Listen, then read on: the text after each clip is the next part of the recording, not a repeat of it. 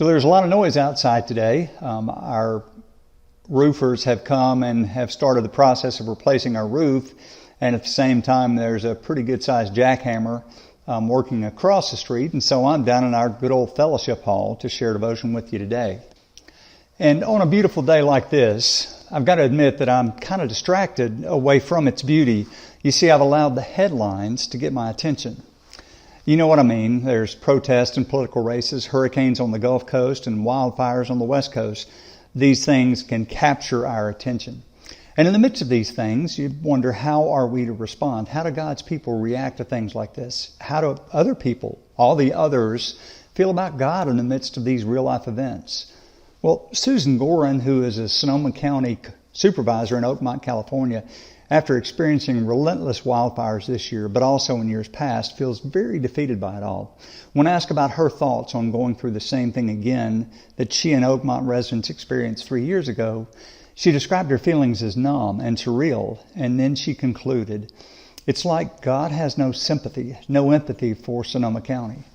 Now, other people have responded at times, like Gorin, to this, feeling like giving up, at least on God. Others decided it's time that they went back to their therapist for what they call a tune-up. And others, like Will Abrams, said, "I'm just a lot of bleeped off about it all." Now, I'm sure that you and I can experience many emotions like these and more when we read headlines like that or when we experience real-life events that are similar. You see, there are so many voices out there to which we can give our attention. So today I want to invite you to listen to a different voice, one who wrote a song about real-life events like those, but wrote it almost 300 years ago. John Julian is a compiler of the Dictionary of Hymnology, and he said, if you consider both quantity and quality, Charles Wesley was the greatest hymn writer of all time. Mr. Wesley did write thousands of hymns. According to some sources, he wrote 6,000 to 7,000.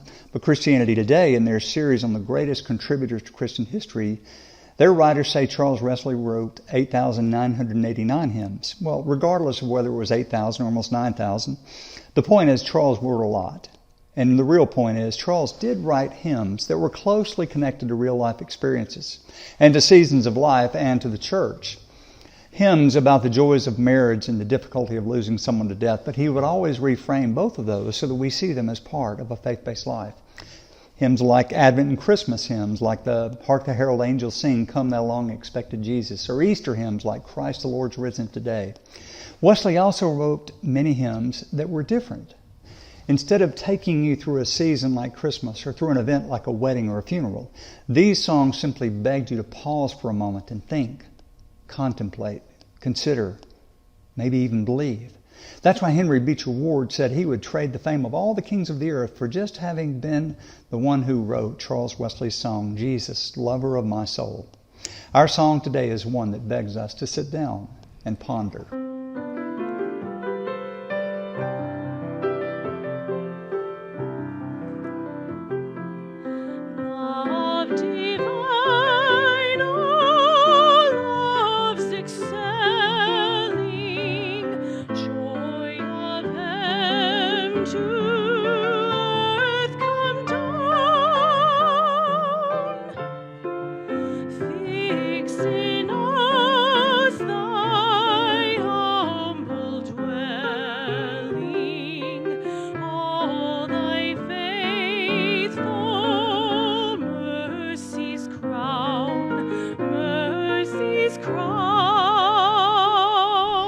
Ultimately, the message is about God.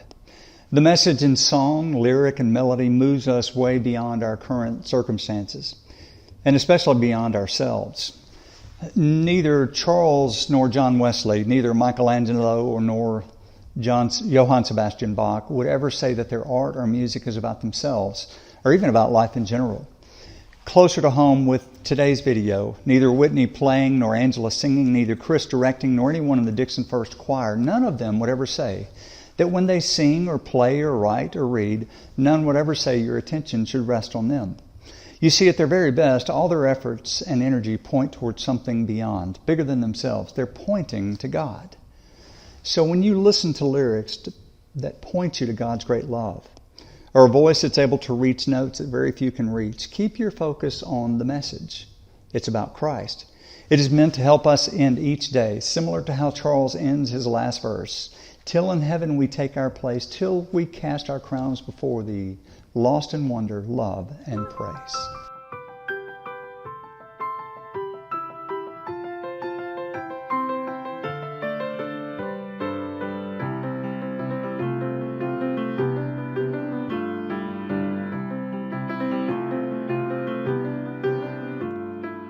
Jesus, thou art all compassion, pure, unbounded love thou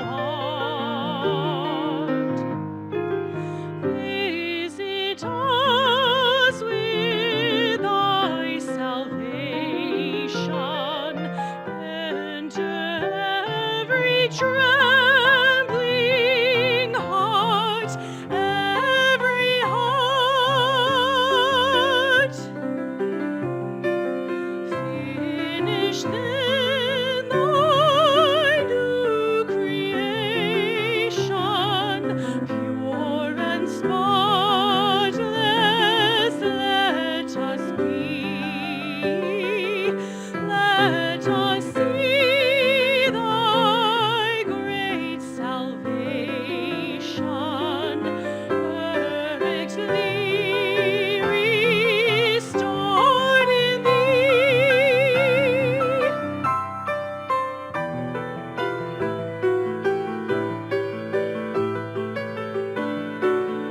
Changed from glory